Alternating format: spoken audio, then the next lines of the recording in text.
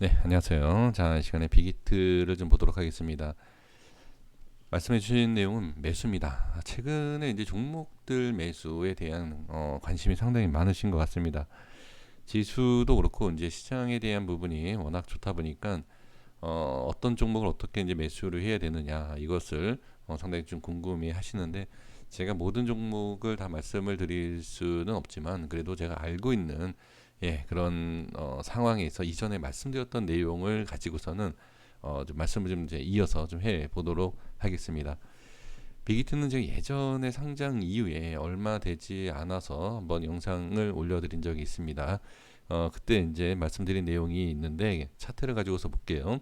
그리고 지금 수급을 보면 개인들이 상당히 최근에, 자, 매도와 매수, 지금 특히 매수, 최근에 매수 상승하는, 그래서 질문을 주신 것 같아요.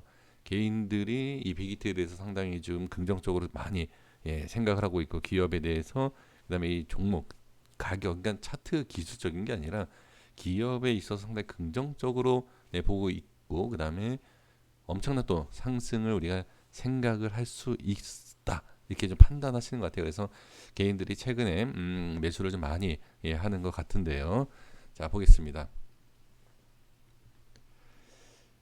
이전에 예전에 여기에서 질문을 주신 분이 계셨습니다.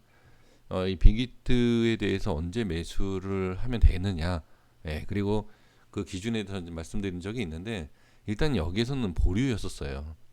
네, 보류였고, 주가가 어디까지 빠질지를 알 수가 없기 때문에 주가의 흐름을 봐야 된다. 그래서 이제 말씀을 드렸던 게 20만 원입니다. 20만 원에 대해서 안착을 해야 된다. 그 밑에서는 어디까지 얼마나 어떤 식으로 움직일지 빠질지를 알 수가 없기 때문에 매수를 한다라고 하면 빅히트 같은 경우에는 딱 20만 원이었다. 그리고 나서 지금 한참 흘렀네요. 지금 보니까. 자, 한번 보겠습니다. 20만 원, 20만 원을 말씀드린 영상, 그 전에 있으니까 확인해 주시고요. 그리고 이제 주가가 빠지고 올라갔다가 다시 빠지죠. 저항에 대한 부분 때문에 그렇다라고 보시면 돼요. 왜 그러냐면, 자, 여기에 대한 물량, 그쵸? 처음에 물량이 어떤 식으로 어떻게 빠져나가는지를 지켜봐야 됩니다. 그리고 최저점에서 올라가는 과정에서도 매수 물량이 나올 수 있다라고 봐야 돼요. 그렇기 때문에 어떤 식으로 흘러가는지를 이 밑에서는 그냥 확인만 하는 거예요. 확인만 하시고, 그 다음에 1월에, 자 보세요. 1월에 보니까 강한 수급이 들어오면서 상승이 나와요. 그러면 여기에서도 좀 망설여집니다. 왜? 저항이 있고 상당히 좀 어려운, 상승이 나올 수 있는, 그러니까 상승하기 어려운 그런 위치, 저항이 생겼던 것과 하락을 시켰던 위치라는 거죠. 그런 자리를 뭘로 했죠? 네, 갭으로 상승시킵니다. 그게 바로 20만 원이에요. 그리고 이 라인을 계속 지킵니다. 그렇죠? 그러면 상승, 하락, 그리고 살짝 밀리지만 다음에 바로 이평선 잡고 올리는 모습을 볼 수가 있습니다. 자, 확인되셨죠? 자, 그러면 이걸 어떻게 이제 접근을 해야 되느냐? 20만 원이다라는 이 기준, 그러면 이 20만 원의 기준을 잡고 보면 이격이 이렇게 좀 발생이 좀 되고 있죠.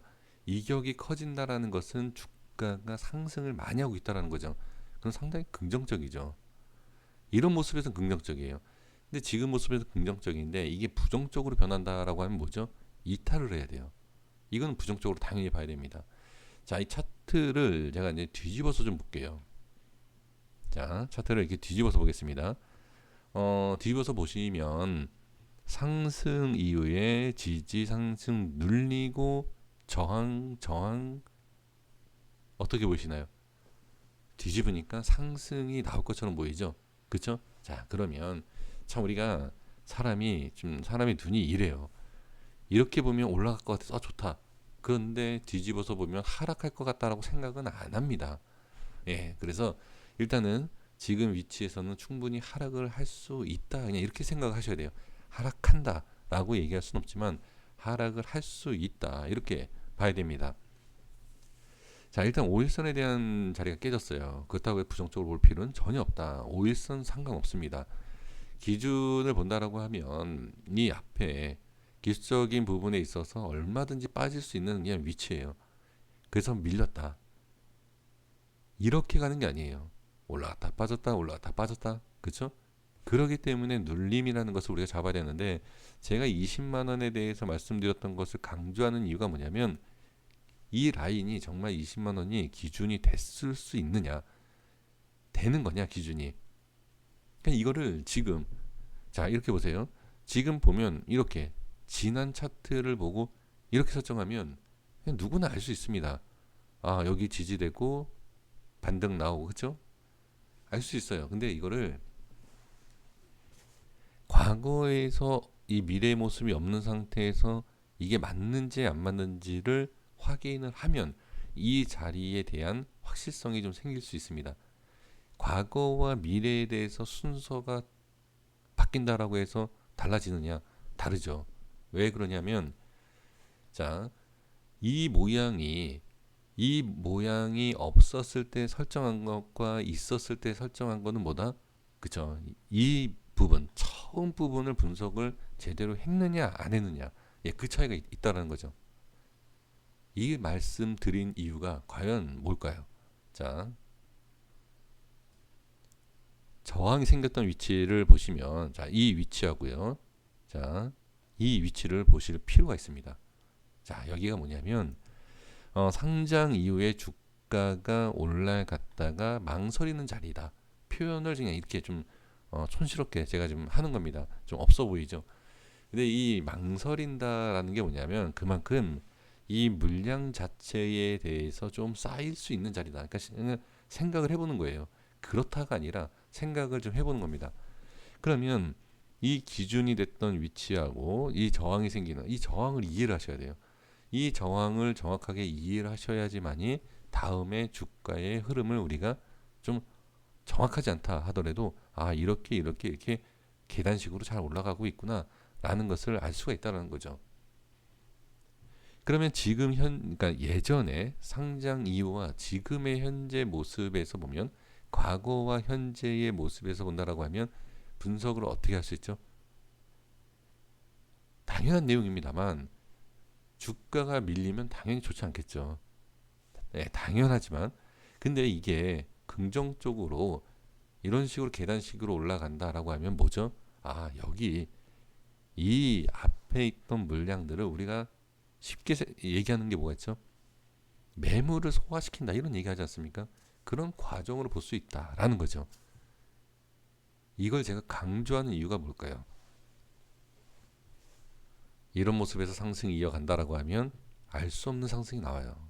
어디까지 상승할지 모른다 라는 거죠. 그래서 저항이 생기는 이유, 왜 저항이 이렇게 생겼을까라는 것, 그리고 지지가 왜 이렇게 됐냐라는 것, 그러면 지금의 주가의 흐름 모든 것들이 이 상장된 이후의 모든 위치에 대해서 하나하나 파악해 가고 있다. 이렇게 보시면 돼요. 그래서 지금 상황에서 본다라고 하면, 자, 5일선 이탈 문제 없습니다. 좀 더 밀릴 수 있어요. 21선 밀릴 수 있습니다. 60선까지 내려올 수 있어요. 왜? 이 앞의 흐름대로 다 올라가는 거예요. 올라가고 내려가고 그 과정에서 이동평균선까지 다 지켜주고 있다. 그래서 짧게 본다라고 해도 20선 무너져도 상관없다. 그러면 가장 좋은 자리는 지금 과거의 모습을 봤을 때 60선이죠. 그렇죠? 근데 60선을 제가 딱 얘기를 하려고 하는 것이 아니라 이 위치에 대한 것을 한번 더 볼 필요가 있다. 상승, 자, 잘 보세요. 상승 눌림, 상승 눌림. 그렇죠? 이 과정의 중심이 될 수 있는 부분이에요. 이게 60선대다라는 거죠. 그래서 정확하게 뭐 60선을 지지할지 이거는 뭐 지켜봐야 되겠지만 이 60선이 위에 올라오는 위치는 분명히 중요하다. 예, 잘 보셔야 되지 않을까 이렇게 말씀을 드려봅니다. 그래서 5일선 이탈과 21선 이탈에 대한 것을 부정적으로 보지 말아라. 볼 필요 없어요. 예, 그래서 어느 정도 눌림은 괜찮다. 근데 이제 61선이 이탈이 된다라고 하면 기준이 없죠. 기준이 없어서 좀 불안하게 생각을 하실 수가 있습니다. 예, 근데 그런데 조금 이탈을 하는 거는 상관이 없다라고 저는 보여집니다만 그 이후에 기준이 없으시다라고 하면 좀 대응하기 어려워요. 그래서 한 가지 나는 이거 그러니까 이동평균선밖에 확인이 안 된다. 그럼 이평선 보시는 게 낫고요. 그렇지 않고 이 전 저점에 대한 것 이렇게 전 저점에 대한 이런 거 이렇게 좀 볼 필요는 분명히 있습니다. 그래서 1차적으로는 60 저는 이동평균선 다시 말씀드리지만 이동평균선을 말씀드린 게 아니에요. 이 중심에 대해서 말씀드린 겁니다. 근데 그 위치가 이동평균선 60선이랑 비슷하기 때문에 이해하시기 편하게 말씀드린 것이고 이 자리가 이탈이 된다라고 하면 저점 뭐 저점 이런 식으로 대응을 할 필요는 분명히 있다라는 것을 말씀을 드려 보겠습니다. 여기까지 하겠습니다. 구독과 좋아요 부탁드리겠습니다. 감사합니다.